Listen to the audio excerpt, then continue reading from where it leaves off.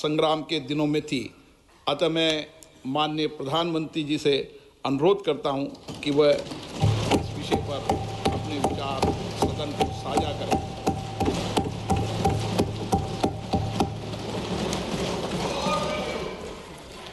आदरणीय अध्यक्ष महोदय, मैं आपका और सदन के सभी माननीय सदस्यों का हृदय से आभार व्यक्त करता हूं कि हमने इस महत्वपूर्ण अवसर पर एक सामूहिक चर्चा का रास्ता चुना है, जिस मंत्र ने, जिस जयघोष ने देश की आजादी के आंदोलन को ऊर्जा दी थी, प्रेरणा दी थी, त्याग और तपस्या का मार्ग दिखाया था, उस वंदे मातरम का पुण्य स्मरण करना इस सदन में हम सबका ये बहुत बड़ा सौभाग्य है। और हमारे लिए गर्व की बात है कि वंदे मातरम के 150 वर्ष निमित्त इस ऐतिहासिक अवसर के हम साक्षी बन रहे हैं।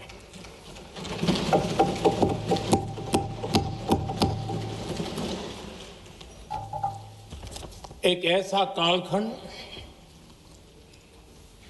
जो हमारे सामने इतिहास की अनगिनत घटनाओं को अपने सामने लेकर के आता है। ये चर्चा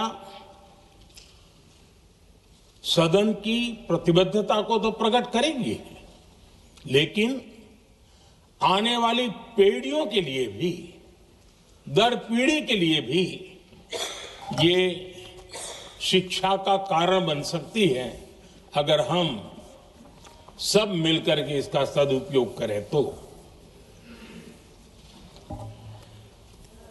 आदरणीय अध्यक्ष जी, एक ऐसा कालखंड है जब इतिहास के कई प्रेरक अध्याय फिर से हमारे सामने उजागर हुए हैं। अभी अभी हमने हमारे संविधान के 75 वर्ष गौरवपूर्व मनाए हैं। आज देश सरदार वल्लभ भाई पटेल की और भगवान बिरसा मुंडा की 150वीं जयंती भी मना रहा है। और अभी अभी हमने गुरु तेग बहादुर के 350वां बलिदान दिवस भी मनाया। और आज हम वंदे मातरम की 150 वर्ष निमित्त सदन की एक सामूहिक ऊर्जा को, उसकी अनुभूति करने का प्रयास कर रहे हैं। वंदे मातरम 150 वर्ष की यात्रा अनेक पड़ावों से गुजरी है, लेकिन आदरणीय अध्यक्ष जी, वंदे मातरम का जब 50 वर्ष हुए तब देश गुलामी में जीने के लिए मजबूर था। और वंदे मातरम के 100 साल हुए तब देश आपातकाल की जंजीरों में जकड़ा हुआ था।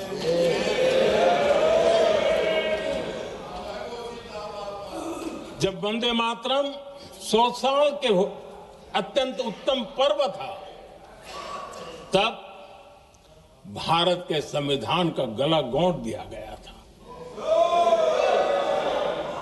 जब वंदे मातरम 100 साल का हुआ, तब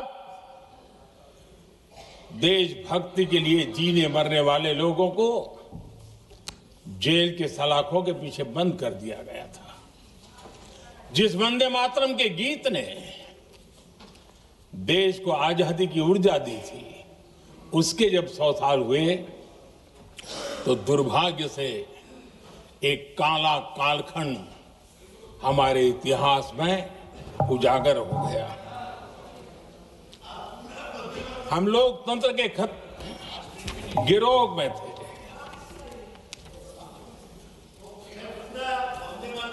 आदरणीय अध्यक्ष जी, 150 वर्ष उस महान अध्याय को, उस गौरव को पुनः स्थापित करने का अवसर है और मैं मानता हूं सदन ने भी और देश ने भी इस अवसर को जाने नहीं देना चाहिए।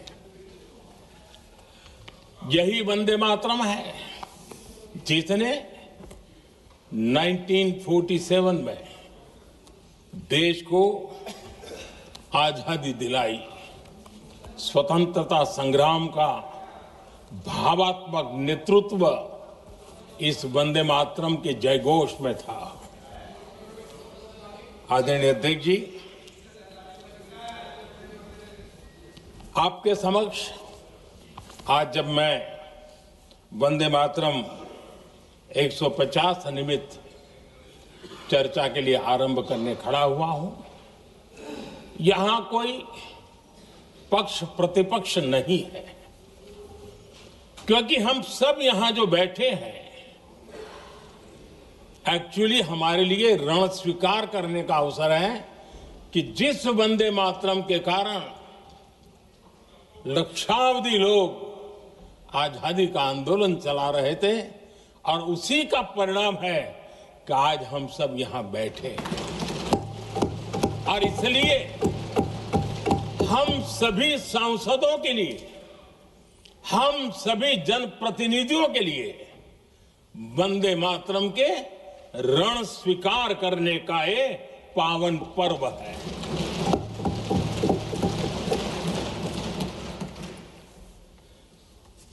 और इससे हम प्रेरणा लेकर के वंदे मातरम की जिस भावना ने देश की आजादी का जंग लड़ा,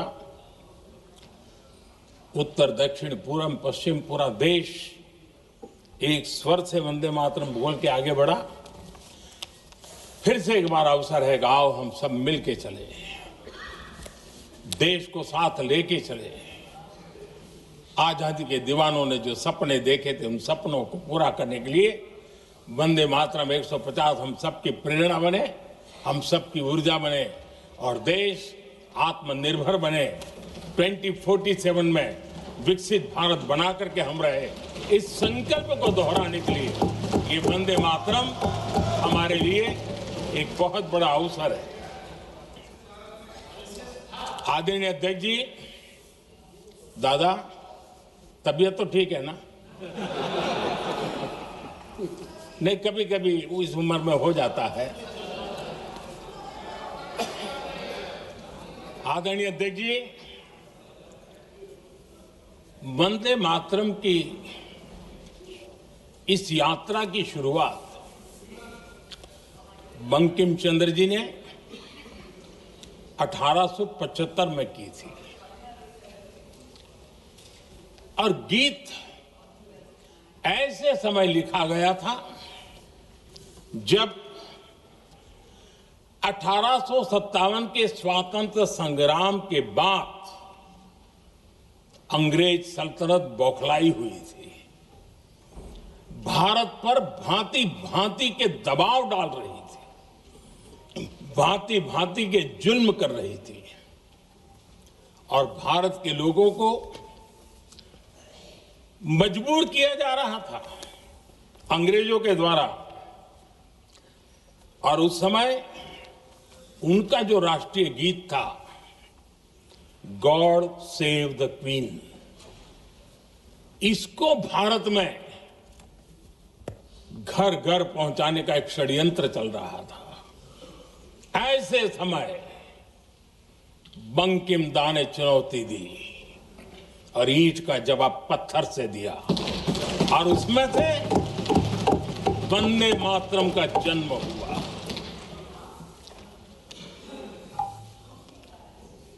इसके कुछ वर्ष बाद 1882 में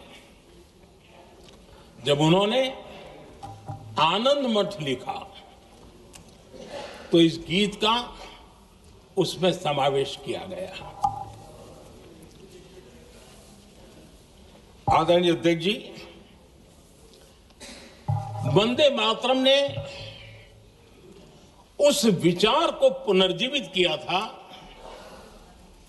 जो हजारों वर्ष से भारत की रग रग में रचा बसा था। उसी भाव को, उसी संस्कारों को, उसी संस्कृति को, उसी परंपरा को उन्होंने बहुत ही उत्तम शब्दों में, उत्तम भाव के साथ वंदे मातरम के रूप में हम सबको बहुत बड़ी सौगात दी थी। वंदे मातरम ये सिर्फ केवल राजनीतिक आजादी की लड़ाई का मंत्र नहीं था। सिर्फ हम अंग्रेज जाए और हम खड़े हो जाए, अपने राह पर चले, इतने मात्र तक वंदे मातरम प्रेरित नहीं करता था, उससे कहीं आगे था। आजादी की लड़ाई इस मातृभूमि को मुक्त कराने का भी जंग था।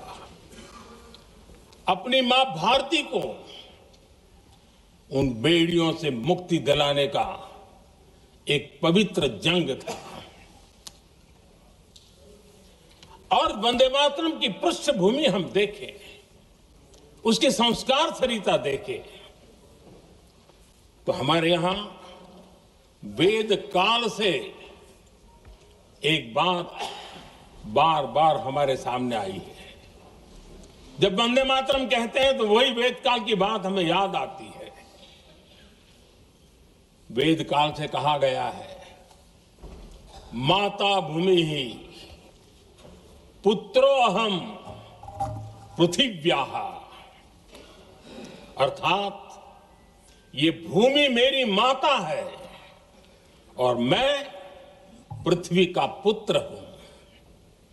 आदरणीय अध्यक्ष जी, यही वो विचार है जिसको प्रभु श्री राम ने भी लंका के वैभव को छोड़ते हुए कहा था,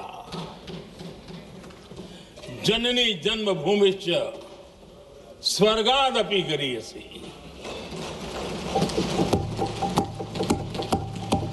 वंदे मातरम यही महान सांस्कृतिक परंपरा का एक आधुनिक अवतार है।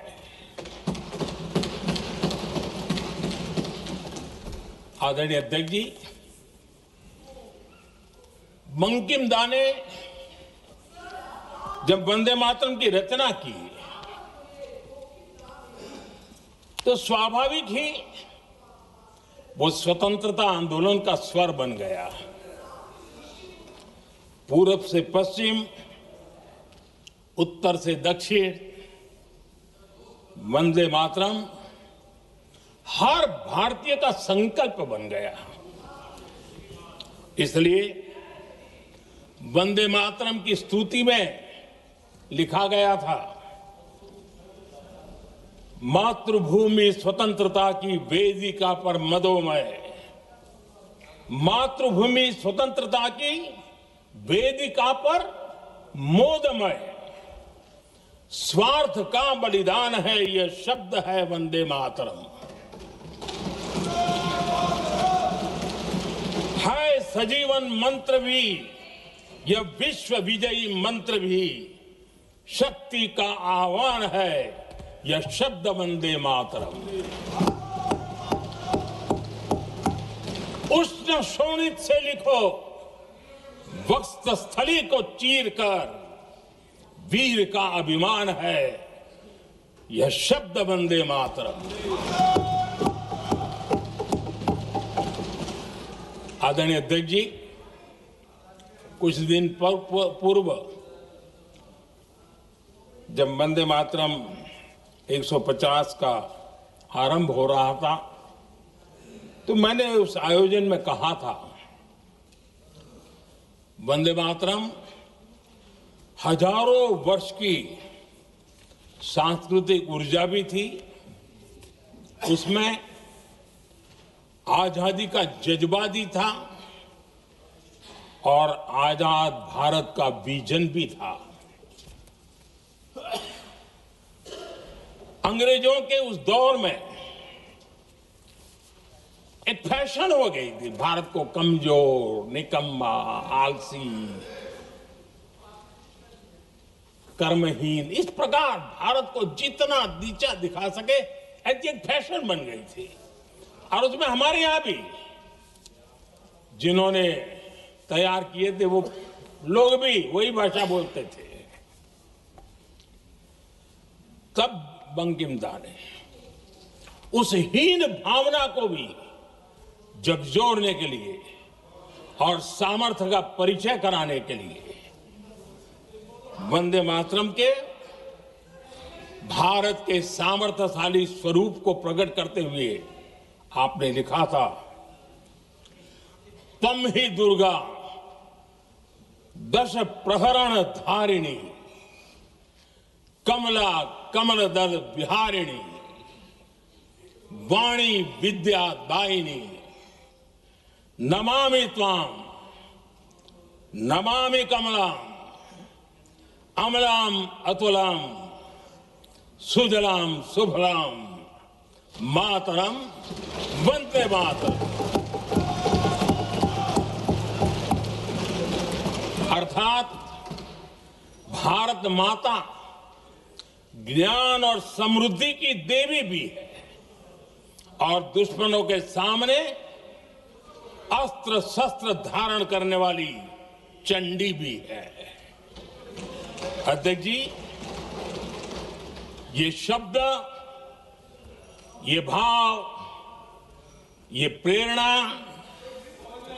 गुलामी की हताशा में हम भारतीयों को हौसला देने वाले थे। इन वाक्यों ने तब करोड़ों देशवासियों को यह एहसास कराया कि लड़ाई किसी जमीन के टुकड़े के लिए नहीं है, ये लड़ाई सिर्फ सत्ता के सिंहासन को कब्जा करने के लिए नहीं है, ये गुलामी की बेड़ियों को मुक्त कर हजारों साल की महान जो परंपराएं थी, महान संस्कृति, जो गौरवपूर्ण इतिहास था, उसको फिर से पुनर्जन्म कराने का संकल्प इसमें था।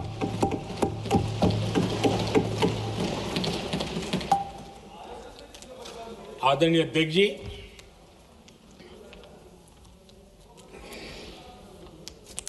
वंदे मातरम, इसका जो जन जन से जुड़ाव था, ये हमारे स्वतंत्र संग्राम की एक लंबी गाथा अभिव्यक्त होती है। आदरणीय अध्यक्ष जी, जब भी जैसे किसी नदी की चर्चा होती है, चाहे सिंधु हो, सरस्वती हो, कावेरी हो, गोदावरी हो, गंगा हो, यमुना हो, उस नदी के साथ एक सांस्कृतिक धारा प्रवाह, एक विकास यात्रा का धारा प्रवाह, एक जन जीवन की यात्रा का प्रवाह उसके साथ जुड़ जाता है। लेकिन क्या कभी किसी ने सोचा है कि आजादी जंग के हर पड़ाव, वो पूरी यात्रा वंदे मातरम की भावनाओं से गुजरता था, उसके तट पर पल्लवित होता था। ऐसा भाव काव्य शायद दुनिया में कहीं उपलब्ध नहीं होगा। आदरणीय अध्यक्ष जी,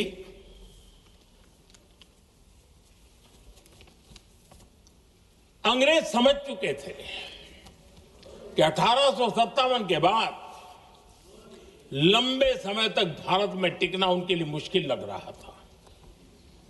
और जिस प्रकार से वो अपने सपने लेकर के आए थे, तब उनको लगा कि जब तक भारत को बांटेंगे नहीं, जब तक भारत को टुकड़ों में नहीं बांटेंगे, भारत में ही लोगों को एक दूसरे से लड़ाएंगे नहीं, तब तक यहां राज करना मुश्किल है। और अंग्रेजों ने बांटो और राज करो इस रास्ते को चुना और उन्होंने बंगाल को इसकी प्रयोगशाला बनाया, क्योंकि अंग्रेज भी जानते थे वो एक वक्त था जब बंगाल का बौद्धिक सामर्थ्य देश को दिशा देता था, देश को ताकत देता था, देश को प्रेरणा देता था। और इसलिए अंग्रेज भी चाहते थे कि बंगाल का ये जो सामर्थ्य है वो पूरे देश की शक्ति का एक प्रकार से केंद्र बिंदु है। और इसलिए अंग्रेजों ने सबसे पहले बंगाल के टुकड़े करने की दिशा में काम किया। और अंग्रेजों का मानना था कि एक बार बंगाल टूट गया तो ये देश भी टूट जाएगा और वो यावत चंद्र दिवाकरो राज करते रहेंगे, ये इनकी सोच थी। 1905 में अंग्रेजों ने बंगाल का विभाजन किया, लेकिन जब अंग्रेजों ने 1905 में ये पाप किया तो वंदे मातरम चट्टान की तरह खड़ा रहा। बंगाल की एकता के लिए वंदे मातरम गली गली का नाद बन गया था और वही नारा प्रेरणा देता था। अंग्रेजों ने बंगाल विभाजन के साथ ही भारत को कमजोर करने के बीच और अधिक बोने की दिशा पकड़ ली थी। लेकिन वंदे मातरम एक स्वर एक सूत्र के रूप में अंग्रेजों के लिए चुनौती बनता गया और देश के लिए चट्टान बनता गया। आदरणीय अध्यक्ष जी, बंगाल का विभाजन तो हुआ, लेकिन एक बहुत बड़ा स्वदेशी आंदोलन खड़ा हुआ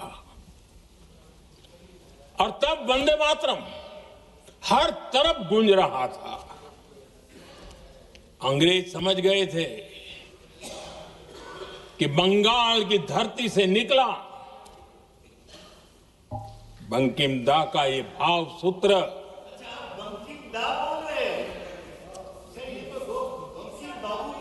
बंकिम बाबू बोले। अच्छा, thank you thank you thank you thank you thank you, आपकी भावनाओं के लिए मैं आदर करता हूं। बंकिम बाबू ने थैंक यू दादा, थैंक यू। हाँ, आपको तो दादा कह सकता हूं ना, वरना उसमें भी आपको इतराज हो जाएगा। बंकिम बाबू ने ये जो भाव विश्व तैयार किया था, उनके भाव गीत के द्वारा उन्होंने अंग्रेजों को हिला दिया और अंग्रेजों ने देखिए कितनी कमजोरी होगी और इस गीत की ताकत कितनी होगी। अंग्रेजों ने उसको कानूनी रूप से प्रतिबंध लगाने के लिए मजबूर होना पड़ा था। गाने पर सजा, छापने पर सजा, इतना ही नहीं, वंदे मातरम शब्द बोलने पर भी सजा। इतने कठोर कानून लागू कर दिए गए थे। हमारे देश की आजादी के आंदोलन में सैकड़ों महिलाओं ने नेतृत्व किया, लक्षावधि महिलाओं ने योगदान दिया। एक घटना का मैं जिक्र करना चाहता हूं।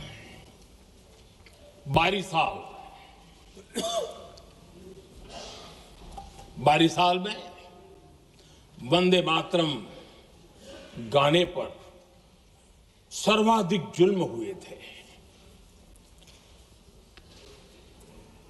वो बारिसाल आज भारत का हिस्सा नहीं रहा है और उस समय बारिसाल की हमारी माताएं, बहनें, बच्चे मैदान में उतरी थी वंदे मातरम के स्वाभिमान के लिए। इस प्रतिबंध के विरोध में लड़ाई के मैदान में उतरी थी और तब बारिसाल की एक वीरांगना श्रीमती सरोजिनी बोस, जिन्होंने उस जमाने में वहां की भावना को देखिए और उन्होंने कहा था कि वंदे मातरम जो प्रतिबंध लगा है, जब तक ये प्रतिबंध नहीं हटता है मैं अपनी चूड़ियां जो पहनती हूं निकाल दूंगी। भारत में वो एक जमाना था, चूड़ी निकालना यानी महिला के जीवन की एक बहुत बड़ी घटना हुआ करती। लेकिन उनके लिए वंदे मातरम की वो भावना थी, उन्होंने अपनी सोने की चूड़ियां, जब तक वंदे मातरम प्रतिबंध नहीं हटेगा मैं दोबारा नहीं धारण करूंगी, ऐसा बड़ा व्रत ले लिया था। हमारे देश के बालक भी पीछे नहीं रहे थे। उनको कोड़े की सजा होती थी, छोटी छोटी उम्र में उनको जेल में बंद कर दिया जाता। और उन दिनों खास करके बंगाल की गलियों में लगातार वंदे मातरम के लिए प्रभात फेरियां निकलती थी। अंग्रेजों के नाको दम कर दिया था। और उस समय एक गीत गूंजता था बंगाल में, जाए जाबे जीवनो चोले, जाए जाबे जीवनो चोले, जोगो तो माजे तोमार काजे, वंदे मातरम बोले। अर्थात हे मां, संसार में तुम्हारा काम करते और वंदे मातरम कहते जीवन भी चला जाए तो वो जीवन भी धन्य है, ये बंगाल की गलियों में बच्चे कह रहे हैं। ये गीत उन बच्चों की हिम्मत का स्वर था और उन बच्चों की हिम्मत ने देश को हिम्मत दी थी। बंगाल की गलियों से निकली आवाज देश की आवाज बन गई थी।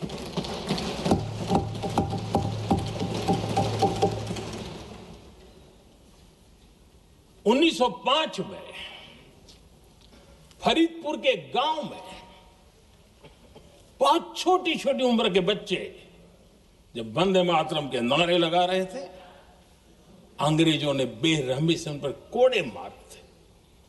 यानी एक प्रकार से जीवन और मृत्यु के बीच लड़ाई लड़ने के लिए मजबूर कर दिया था। इतना अत्याचार हुआ था। 1906 में नागपुर में नील सिटी हाई स्कूल के उन बच्चों पर भी अंग्रेजों ने ऐसे ही जुल्म किए थे।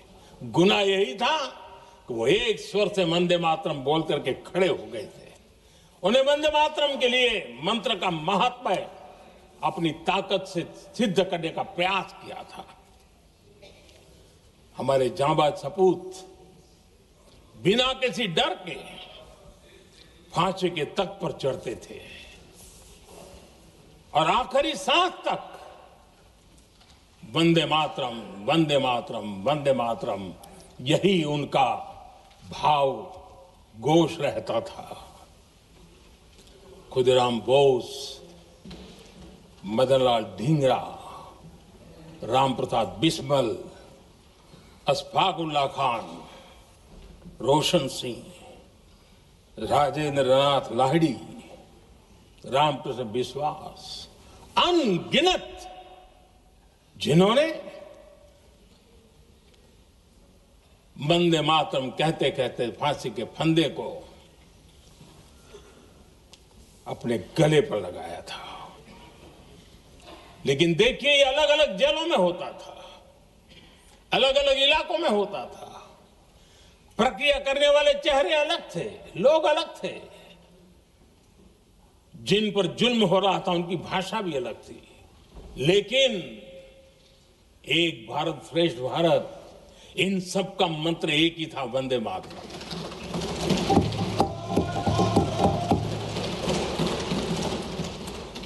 चटगांव की स्वराज क्रांति, जिन युवाओं ने अंग्रेजों को चुनौती दी, वे भी इतिहास के चमकते हुए नाम है। हरगोपाल बाल, पुलिन विकास घोष, त्रिपुर सेन, इन सब ने देश के लिए अपना बलिदान दिया।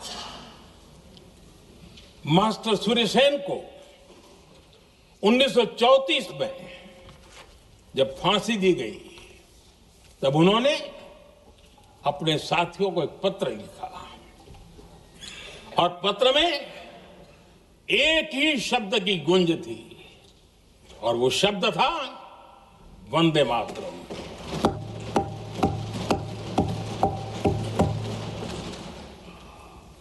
आदरणीय अध्यक्ष जी, हम देशवासियों को गर्व होना चाहिए। दुनिया के इतिहास में कहीं पर भी ऐसा कोई काव्य नहीं हो सकता, ऐसा कोई भावगीत नहीं हो सकता जो सदियों तक एक लक्ष्य के लिए कोटि कोटि जनों को प्रेरित करता हो और जीवन आहूत करने के लिए निकल पड़ते हो। दुनिया में ऐसा कोई भावगीत नहीं हो सकता जो वंदे मातरम। पूरे विश्व को पता होना चाहिए कि गुलामी के कालखंड में भी ऐसे लोग हमारे यहां पैदा होते थे जो इस प्रकार के भावगीत की रचना कर सकते थे। ये विश्व के लिए अजूबा है, हमें गर्व से कहना चाहिए, तब दुनिया भी मानना शुरू करेगी। ये हमारी स्वतंत्रता का मंत्र था, ये बलिदान का मंत्र था, ये ऊर्जा का मंत्र था, ये सात्विकता का मंत्र था, ये समर्पण का मंत्र था, ये त्याग और तपस्या का मंत्र था, संकटों को सहने का सामर्थ्य देने का ये मंत्र था और वो मंत्र वंदे मातरम था। और इसलिए गुरुदेव रविंद्रनाथ टैगोर ने लिखा था, उन्होंने लिखा था, एकी सूत्रे बांधी आछी सोहोस्टोटी मौन, एक ही कार्य सौंपी आछी सहस्त्रो जीवन वंदे मातरम। अर्थात एक सूत्र में बंधे हुए सहस्त्र मन, एक ही कार्य में अर्पित सहस्त्र जीवन वंदे मातरम। ये रविंद्रनाथ टैगोर जी ने लिखा।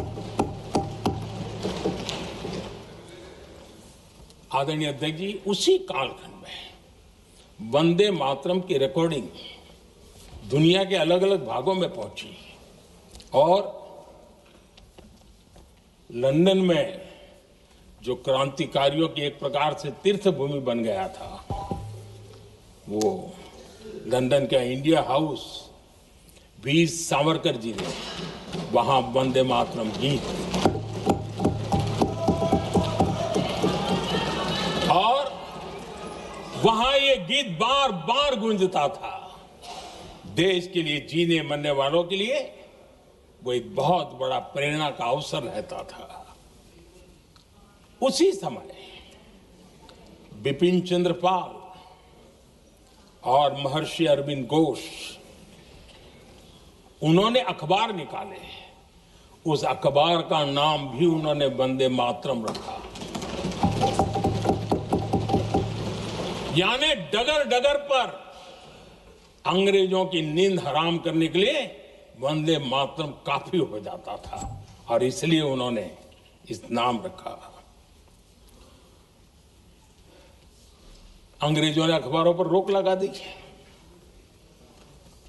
तो मैडम भीकाजी कामा ने पेरिस में एक अखबार निकाला और उसका नाम उन्होंने वंदे मातरम रखा।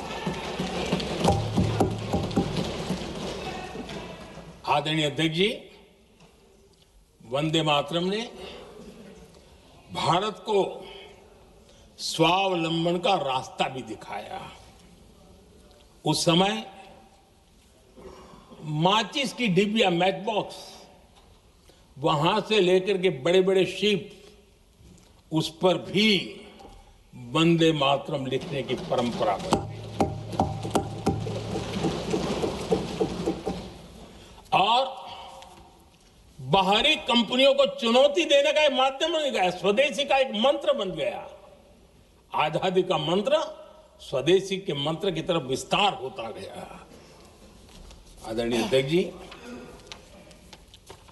मैं एक और घटना का जिक्र भी करना चाहता हूं। 1907 में जब वीओ चिदम्बरम पिल्लाई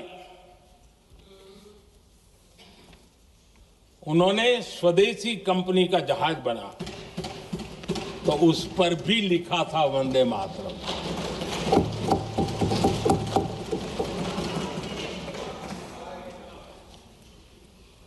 राष्ट्र कवि सुब्रमण्य भारती ने वंदे मातरम को तमिल में अनुवाद किया, स्तुति गीत लिखे। उनके कई तमिल देशभक्ति गीतों में वंदे मातरम की श्रद्धा साफ साफ नजर आती है।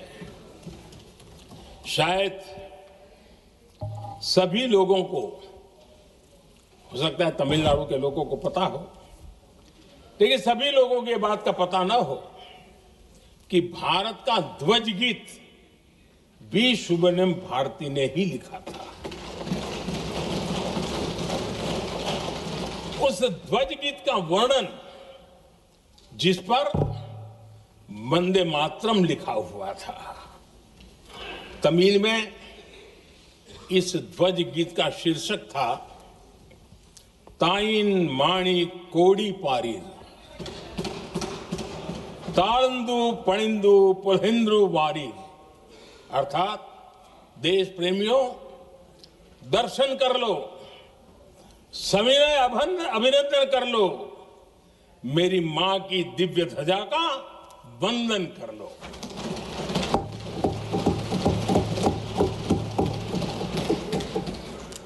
आदरणीय अध्यक्ष महोदय, मैं आज इस सदन में वंदे मातरम पर महात्मा गांधी की भावनाएं क्या थी वो भी रखना चाहता हूं। दक्षिण अफ्रीका से प्रकाशित एक साप्ताहिक पत्रिका निकलती थी, इंडियन ओपिनियन, और इस इंडियन ओपिनियन में महात्मा गांधी ने 2 दिसंबर 1905 जो लिखा था उसको मैं कोट कर रहा हूं। उन्होंने लिखा था, महात्मा गांधी ने लिखा था, गीत वंदे मातरम जिसे बंकिम चंद्र ने रचा है, पूरे बंगाल में अत्यंत लोकप्रिय हो गया है। स्वदेशी आंदोलन के दौरान बंगाल में विशाल सभाएं हुई जहां लाखों लोग इकट्ठा हुए और बंकिम का यह गीत गाया। गांधी जी आगे लिखते हैं, ये बहुत महत्वपूर्ण है। वो लिखते हैं, ये 1905 की बात है। उन्होंने लिखा, यह गीत इतना लोकप्रिय हो गया है जैसे ये हमारा नेशनल एंथम बन गया है।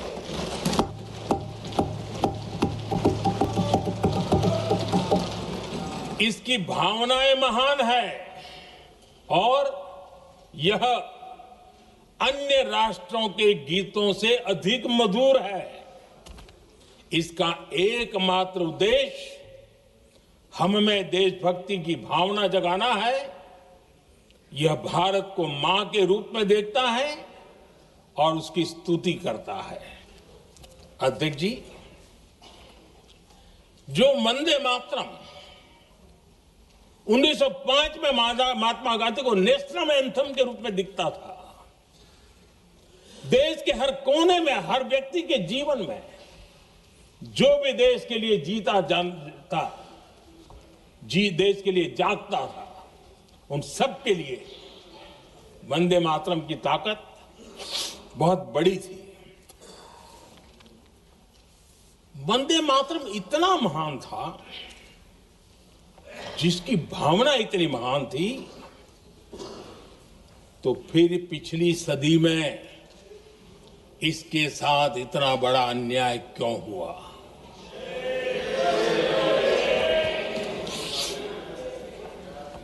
वंदे मातरम के साथ विश्वासघात क्यों हुआ?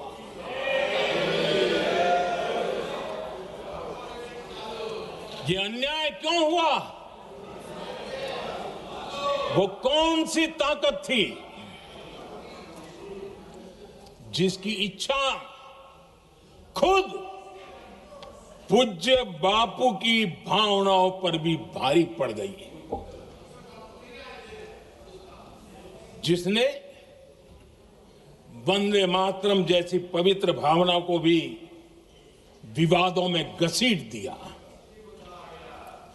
मैं समझता हूं कि आज जब हम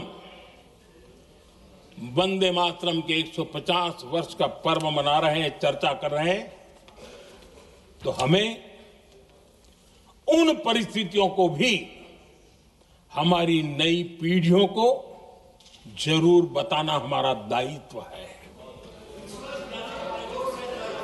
जिससे के वजह से वंदे मातरम के साथ विश्वासघात किया गया। वंदे मातरम के प्रति मुस्लिम लीग की विरोध की राजनीति तेज होती जा रही थी। मोहम्मद अली जिन्ना ने लखनऊ से 15 अक्टूबर 1937 को वंदे मातरम के विरुद्ध का नारा बुलंद किया। फिर कांग्रेस के तत्कालीन अध्यक्ष जवाहरलाल नेहरू को अपना सिंहासन डोलता दिखा। बजाय कि नेहरू जी मुस्लिम लीग के आधारहीन बयानों को तगड़ा जवाब देते, करारा जवाब देते, मुस्लिम लीग के बयानों की निंदा करते,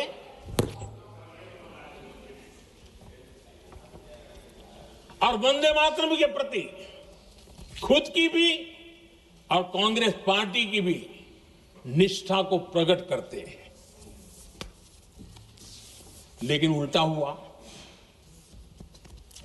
वो ऐसा क्यों कर रहे, वो तो पूछा ही नहीं, न जाना, लेकिन उन्होंने वंदे मातरम की ही पड़ताल शुरू कर दी। जिन्ना के विरोध के 5 दिन बाद ही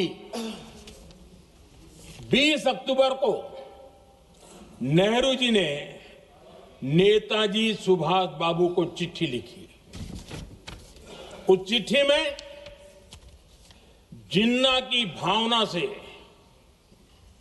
नेहरू जी अपनी सहमति जताते हुए कि वंदे मातरम की, ये जो उन्होंने सुभाष बाबू को लिखा है, वंदे मातरम की आनंद मठ वाली पृष्ठभूमि मुसलमानों को इरिटेट कर सकती है। मैं नेहरू जी का कोट पढ़ता हूं।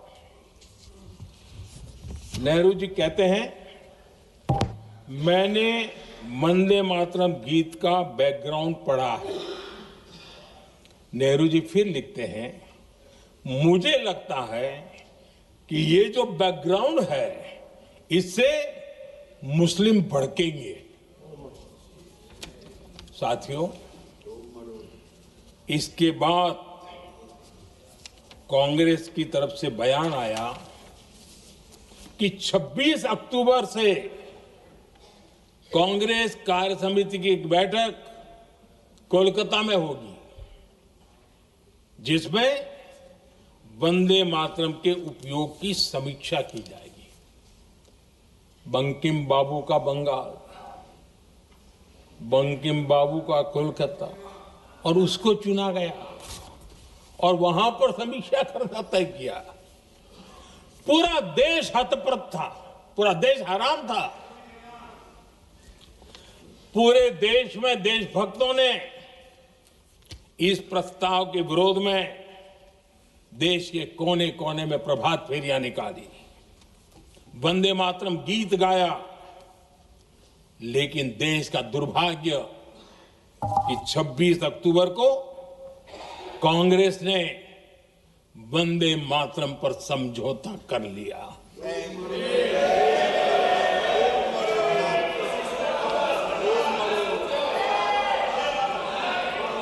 वंदे मातरम के टुकड़े करने के फैसले में,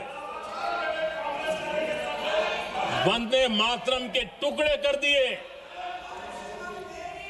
उस फैसले के पीछे नकाब ये पहना गया, चोला ये पहना गया कि ये तो सामाजिक सद्भाव का काम है। लेकिन इतिहास इस बात का गवाह है कि कांग्रेस ने मुस्लिम लीग के सामने घुटने टेक दिए और मुस्लिम लीग के दबाव में किया। और कांग्रेस का ये तुष्टीकरण की राजनीति को साधने का एक तरीका था। आदरणीय अध्यक्ष जी, तुष्टीकरण की राजनीति के दबाव में कांग्रेस वंदे मातरम के बंटवारे के लिए झुकी। इसलिए कांग्रेस को एक दिन भारत के बंटवारे के लिए झुकना पड़ा।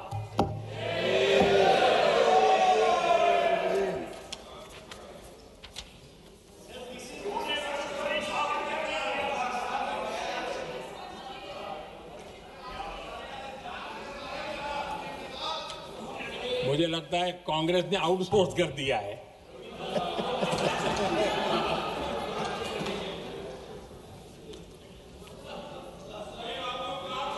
दुर्भाग्य से कांग्रेस की नीतियां वैसी की वैसी थी है, और इतना ही नहीं, आईएनसी चलते चलते एमएमसी हो गया है।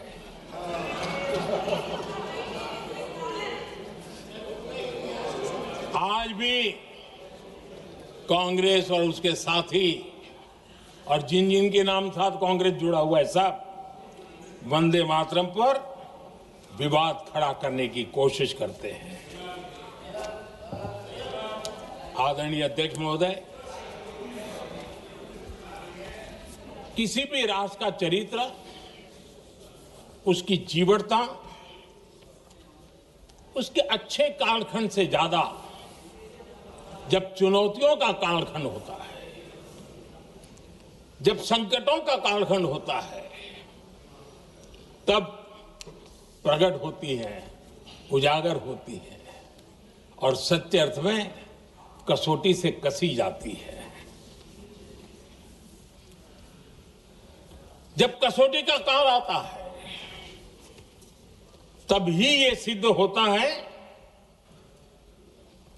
कि हम कितने दृढ़ हैं, कितने सशक्त हैं, कितने सामर्थ्यवान हैं।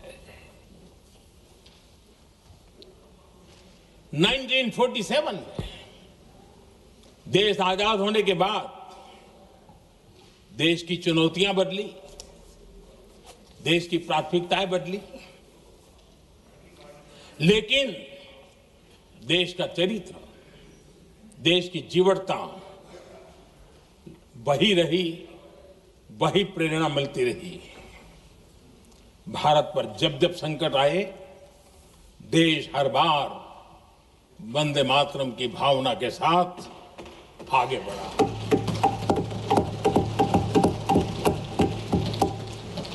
बीच का कालखंड कैसा गया जाने दो, लेकिन आज भी 15 अगस्त 26 जनवरी की जब बात आती है, हर घर तिरंगा की बात आती है, चारों तरफ वो भाव दिखता है, तिरंगे झंडे फहरते हैं। एक जमाना था जब देश पर खाद्य का संकट आया, वही वंदे मातरम का भाव था। मेरे देश के किसानों ने अंदर के भंडार भर दिए, और इसके पीछे भाव वही है, वंदे मातरम। जब देश की आजादी को कुचलने की कोशिश हुई, संविधान के पीठ पे छुरा भोंक दिया गया, आपातकाल थोप दिया गया, यही वंदे मातरम की ताकत थी कि देश खड़ा हुआ और प्रयास करके रहा। देश पर जब भी युद्ध थोपे गए, देश को जब भी संघर्ष की नौबत आई, यही वंदे मातरम का भाव था। देश का जवान सीमाओं पर अड़ गया और मां भारती का झंडा फहराता रहा, विजय श्री प्राप्त कर। कोरोना जैसे वैश्विक महासंकट आया, यही देश उसी भाव से खड़ा हुआ, उसको भी परास्त करके आगे बढ़ गया। आदरणीय अध्यक्ष जी, यह राष्ट्र की शक्ति है, यह राष्ट्र को भावनाओं से जोड़ने वाला सामर्थ्यवान एक ऊर्जा प्रवाह है, ये चेतना प्रवाह है, ये संस्कृति की अविरल धारा का प्रतिबिंब है, उसका प्रकटीकरण है। ये वंदे मातरम हमारे लिए सिर्फ स्मरण करने का काल नहीं, एक नई ऊर्जा, नई प्रेरणा का लेने का काल बन जाए, और हम उसके लिए प्रति समर्पित होते चले। और मैंने पहले कहा, हम लोगों पर तो कर्ज है वंदे मातरम का। वही वंदे मातरम है जिसने वो रास्ता बनाया, जिस रास्ते से हम यहां पहुंचे हैं, और इसलिए हमारा कर्ज बनता है।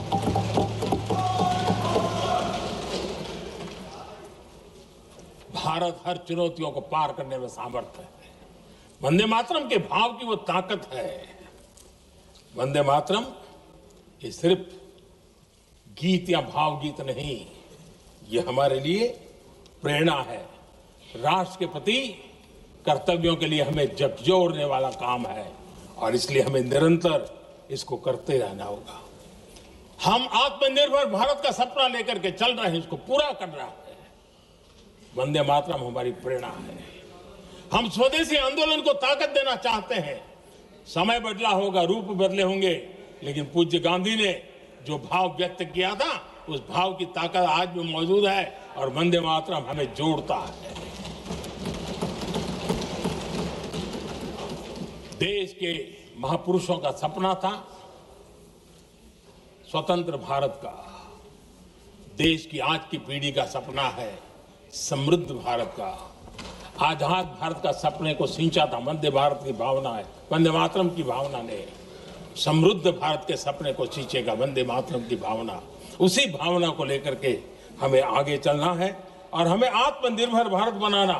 2047 में देश विकसित भारत बन के रहे।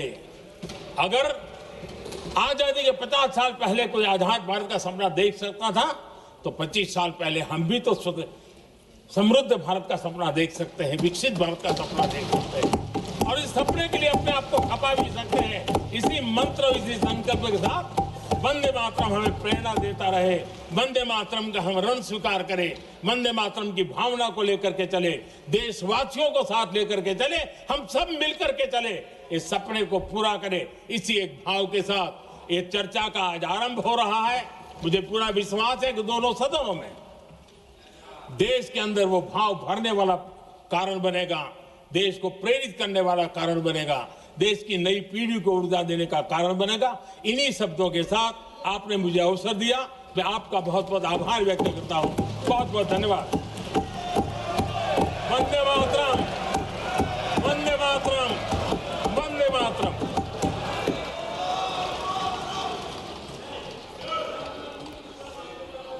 श्री गौरव गोगोई।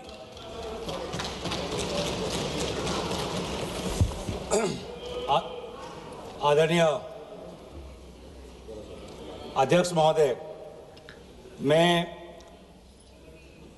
वंदे मातरम के 150वीं जयंती पर इस महत्वपूर्ण चर्चा में भाग लेने के लिए खड़ा हूं और अपने वक्तव्य के शुरुआत में मैं बंगाल के उस पवित्र भूमि को नमन करना चाहता हूं, जिस भूमि से